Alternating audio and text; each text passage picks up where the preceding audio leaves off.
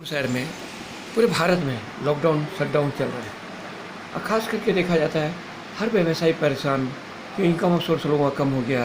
और एजुकेशन ही तो हिंदुस्तान में सबसे बड़े माने हैं। हर माँ बाप चाहता है कि मेरा बच्चा पढ़े लिखे अच्छा बने और हर माँ बाप अच्छे स्कूल में डालना चाहता है। आज हमारे सामने उदय तिवारी जो जैसे कि अध्यक्ष भी रह चुके हैं, समाज सेवी भी रह चुके हैं और उन्होंने अपने कार्यकाल में बहुत काम किया। तो सर, जो अभी स्कूलों में जो हो गया लॉकडाउन में, लोग कहते हैं कि हम ऑनलाइन पढ़ाते हैं, इसके बारे में आप क्या बोलना चाहेंगे? नमस्कार। पहले तो मैं सबको इस कोविड-19 के उपलक्ष्य में कामना करता हूं कि सब स्वस्थ रहें और जल्दी से ये कोविड-19 पैंडेमिक से हमको छुटकारा मिले। और जहां तक एजुकेशन प्रणाली का मेरा ख्याल है, सबसे पहले सरकार का शुक्रिया कि जो एजुकेशन को सुधारने के लिए नई पद्धति का उन्होंने शुरुआत किया कल से ही। और मेरा मानना ये है कि जैसे जूम क्लासेस, ऑनलाइन क्लासेस वगैरह बच्चों का चल रहा है, बट जो 13 साल 14 साल के ऊपर बच्चे, मतलब क्लास 9th ऑनवर्ड्स, क्लास 9 से लेके ऊपर तक के बच्चों के लिए कुछ वैल्यूज़ हैं और उसके कुछ एथिक्स है, उसका रिक्वायरमेंट भी है। और मैंने देखा है बहुत सारे स्कूलों में, हमारे संबलपुर में बहुत सारे स्कूल्स, मेरे बच्चे भी स्कूल में पढ़ रहे हैं, वो क्या कर रहे हैं अभी जूम क्लास, मतलब अब मेरे 3 बच्चे हैं तो अब सबको तो एक मोबाइल ख़रीद के हम नहीं दिया जा सकता, सबको हम एक मोबाइल नहीं दे सकते। और अगर हम बच्चों को एक मोबाइल अलग से नेट के साथ देते हैं तो बच्चे अब बोल रहे हैं दिन भर हमारा क्लास है। अब बच्चे जैसे स्कूल से भी मेरा रिक्वेस्ट है कि एक क्लास टाइमिंग करें, डेली का 1 घंटा फिक्स कर दें वो लोग कि 9 बजे या 10 बजे 11 बजे अपने सुविधा अनुसार 1 घंटा फिक्स कर दें, उसी 1 घंटे में हफ्ते भर क्लास करें। अब कभी क्लास 7 बजे, 8 बजे, 9 बजे, 10 बजे, 4 बजे, 6 बजे, इससे होता क्या है, बच्चे पढ़ाई नहीं कर पा रहे हैं। जब पूछो पापा जूम क्लास, मम्मा जूम क्लास, तो लोग जूम क्लास रहते हैं तो दिख रहा है कि बच्चे पढ़ रहे हैं, बट बच्चे पढ़ कुछ नहीं रहे हैं, कुछ नहीं पढ़ रहे हैं। ठीक है, हम फीस दे रहे हैं स्कूल में, फ़ीस के खिलाफ़ नहीं है क्योंकि उससे फ़ीस चल रहा है, उसके साथ एक अलग प्रक्रिया है वो। बट हम नेट भी यूज़ कर रहे हैं, ठीक है, हम सबको एक अलग अलग मोबाइल ख़रीद के नहीं दे सकते। और ठीक है, रिक्वायरमेंट है एग्ज़ाम्स, आपका जूम एग्ज़ाम्स का कोई वैल्यू नहीं है, कोई मतलब नहीं है। मेरे बच्चे सेंट आर्नोल्ड स्कूल में पढ़ते हैं, उनका प्रिंसिपल से मेरी मैंने उनके एक टीचर से, एक शिक्षक से, बहुत बड़े शिक्षक से मेरी बात हुई थी कल परसों, इसी चीज़ को लेकर मेरी बहस हुई। क्लास 4, क्लास 5, क्लास 7 के बच्चे क्या समझेंगे, क्लास 4 के बच्चा क्या समझेगा जूम क्लास में?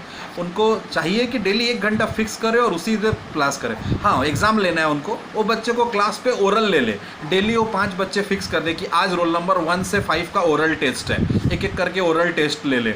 एग्ज़ाम देख रहे हैं बच्चे, देख के लिख रहे हैं कि नहीं लिख रहे हैं, टेस्ट करके पेरेंट्स को फ़ोटो खींच के मंगवा रहे हैं, पेरेंट्स कौन कहाँ है क्या नहीं है, हम कुछ नहीं कर सकते उस मामले में। तो सभी स्कूलों से रिक्वेस्ट है कि ये क्लास प्रणाली को थोड़ा परिवर्तन लाएं, सुधारें, पूरे भारतवर्ष में इसको सुधारें, क्लास करें, बट वो दिखावा के नाम पे क्लास ना करें, क्योंकि अभी सिर्फ दिखावा हो रहा है, क्लास नहीं हो रहा है। टीचर पे प्रेशर डाला जा रहा है स्कूल की तरफ से, क्यों? ताकि बच्चे पेरेंट्स से फ़ीस लेना है। कोई दिक्कत नहीं, आप फीस लीजिए, लेकिन प्रणाली को सुधार के अच्छे तरीके से एक काम कीजिए। 1 घंटा आप क्लास रखिए, डेली फिक्स टाइमिंग, बस। धन्यवाद। अभी हमने उदय तिवारी से कई सुझाव दिए, उन्होंने कई सुझाव दिए, बहुत ही अच्छा सुझाव दिया जाए, लेकिन ये भी देखा जाता है सर, आप जैसा अभी कहा कि हर बच्चे को एक एक मोबाइल देना संभव नहीं है। और हकीकत एक मोबाइल सर, आजकल के दिन में अच्छे मोबाइल मिनिमम 8 से 9 से 10 हज़ार के अंदर के मोबाइल, कम से कम 10 हज़ार का मोबाइल हैंग होगा नहीं, कम वाला तो हैंग नहीं होता है। और दूसरी बात है, जैसे नेट पैक भी तीनों बच्चों को अलग अलग, एक तो ऐसे खर्चे आ जाते हैं। और ये ज़रूरी नहीं कि अब बच्चे खाली एजुकेशन पढ़ें, उसमें बच्चों की आदत बिगड़ भी सकती है, सुधर भी सकती है।